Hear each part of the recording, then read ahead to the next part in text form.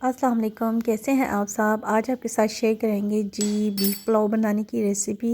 सबसे पहले बनाएंगे जी हम इसकी हनी। ठीक है, ये है जी तकरीबन 2 kg बीफ है। ठीक है, बोन वाला बीफ लेना है आपने। इसका पुलाव बहुत मज़े का बनता है।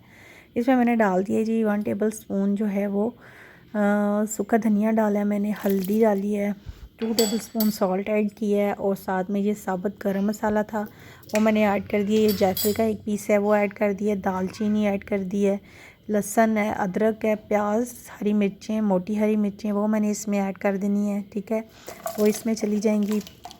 उसके बाद जी आपने पानी जो है वो मैंने थोड़ा सा इसमें ऐड किया था क्योंकि मैंने फ्रीज़र में से गोश्त निकाला है। और उसके बाद हम इसमें थोड़ा सा इतना पानी ऐड कर देंगे जैसे अगर आपने 1 kg राइस बनाने हैं तो उसमें जो पानी आप ऐड करेंगे, अगर न्यू राइस हैं तो फिर उसमें 1 kg और हाफ़ यानी कि 1.5 kg पानी ऐड होगा। ठीक है, तो इसमें मैं ऐड कर दूँगी 3 kg पानी, जो कि यखनी बनने के बाद तकरीबन हाफ़ रह जाएगा। ठीक है, इसमें मैंने ग्रीन कोरिएंडर भी डाला है, इससे आपकी यखनी की खुशबू जो है वो बहुत ज़्यादा बाकमाल होगी। ठीक है, और इसके बाद हम यखनी को रख देंगे चूल्हे पे।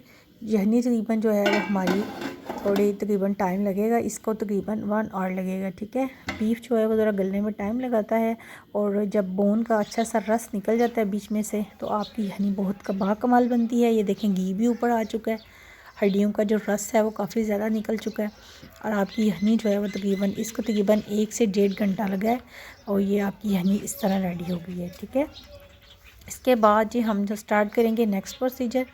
ठीक है, राइस का प्रोसीजर स्टार्ट करते हैं। सबसे पहले ले लेंगे जी एक खुले मुंह वाला हम पतीला लेंगे। खुले मुंह वाले पतीले में हमेशा राइस बनाया करें, आपके राइस बहुत अच्छे बनेंगे। उसमें मैं ले लूँगी तकरीबन 1 कप जो है वो ऑयल ले लेंगे। ऑयल क्योंकि हमारी यखनी में बोन का काफ़ी ज़्यादा निकला है इसलिए हम इतना ही ऑयल में इस्तेमाल करेंगे। उसमें मैं डाल दूँगी जी प्याज। ठीक है, इसको अब हम करेंगे ब्राउन। इसमें ऐड कर दिए हैं, अब हम इसको करेंगे ब्राउन। ठीक है, प्याज के ब्राउन होने के बाद हम हल्का सा पानी डाल के ऊपर ढक्कन छोड़ेंगे। इससे प्याज का जो पुलाव का कलर है वो बहुत ज़बरदस्त आएगा और जो है वो परफेक्ट कलर आएगा। ठीक है, इसके बाद जब जैसे ही प्याज ब्राउन होगा इसमें हम ऐड करेंगे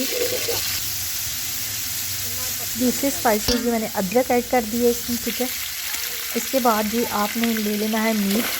यखनी वाला जो मीट है, बोन वगैरह सब कुछ जो है ना वो इसमें ऐड करके आपने इसको अच्छे तरीके से फ्राई करना है। ठीक है, इसको अच्छे तरीके से आपने फ्राई कर लेना है। ठीक है, ये नली की हड्डी है, इससे आपका पुलाव जो है वो बहुत ज़्यादा मज़े का बनता है, बहुत ज़्यादा मज़े का। अब हम इसमें ऐड कर देंगे टमाटर। ठीक है, गरम मसाला, ज़ीरा।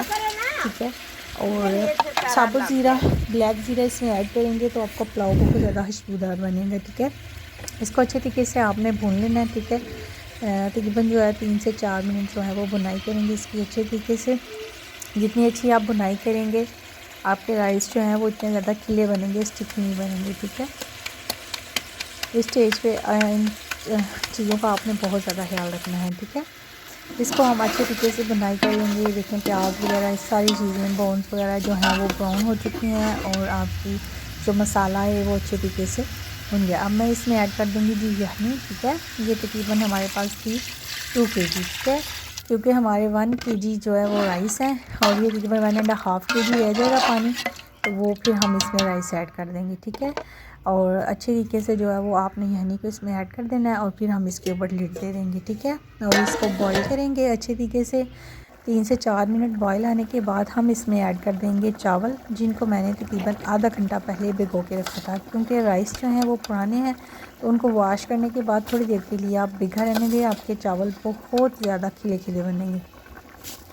इसमें हम राइस ऐड कर देंगे। राइस ऐड करने के बाद जो है वो इसको अच्छे तरीके से मिक्स कर लेंगे।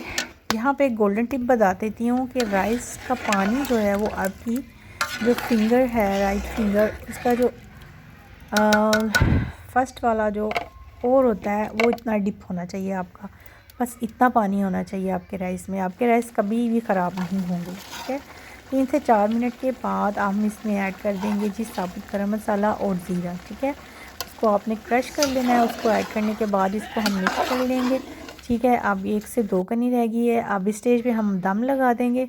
दम को आप तकरीबन 10 मिनट लगा रहने दें और दम लगाने के बाद जो है वो हम आपको दिखाते हैं कि हमारे राइस कैसे बने हैं। ठीक है, ये देखें जी ज़बरदस्त पुलाव बना है और बाकमाल पुलाव बना है। इस तरीके से आप अपना पुलाव बनाएं और इसको अपने दोस्तों के साथ शेयर करें और मेरे चैनल को सब्सक्राइब करें, लाइक करें। खुश रहें, खुशियाँ बांटें। अल्लाह हाफिज़।